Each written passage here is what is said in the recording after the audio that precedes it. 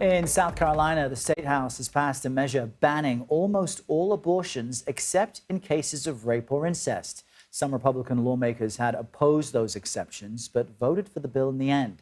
This comes as some GOP politicians across the country are reshaping their stances on abortion rights ahead of the midterms. Let's bring in Caitlin Huey-Burns to dig deeper into this. Caitlin, great to see you. And the reason this is so significant is because it seems to signal a debate in the South Carolina GOP about messaging on abortion rights ahead of the midterms.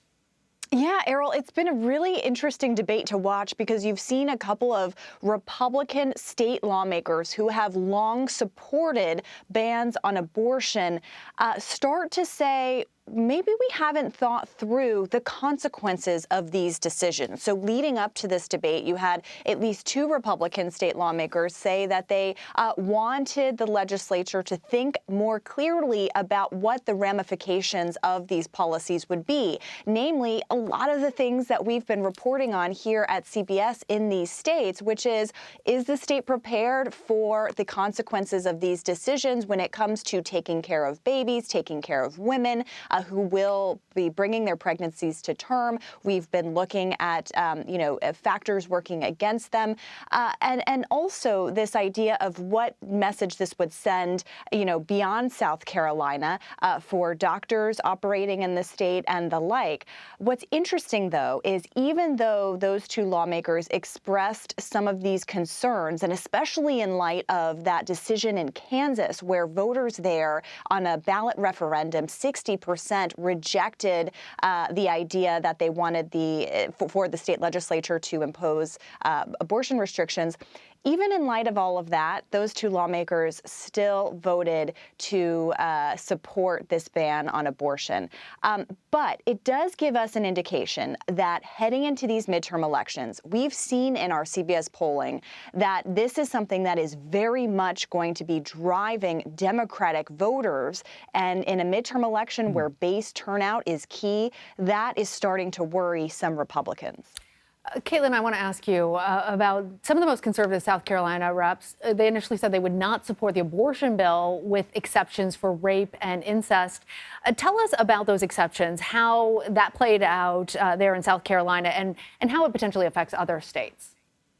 Yeah, well, Lana, there were objections to the exceptions in this bill by some conservatives. They ultimately supported it because they wanted to get this bill through eventually.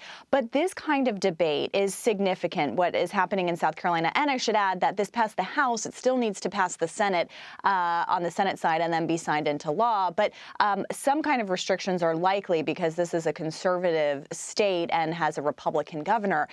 But the idea that this is being still debated in legislatures, it kind of speaks to the way in which, a lot of these legislatures have been passing abortion bans but haven't gone into effect because Roe v. Wade was in place. Now that it has struck down and has passed it to the states to decide their abortion laws, this is becoming a reality. And even though you have these Republicans supporting this, you do have this acknowledgement that there are consequences for this, not only politically, but for women and children in the state that they still have to grapple with. So that's something I'm going to be watching in South Carolina and in other states about whether they start to take up legislation to provide resources or additional support for women and children in the state. That'll be key. What's also key here is if this ban goes into effect, that you look across the South and most of southern states have abortion restrictions in place. Really, North Carolina at this point is really the only state in the South that doesn't yet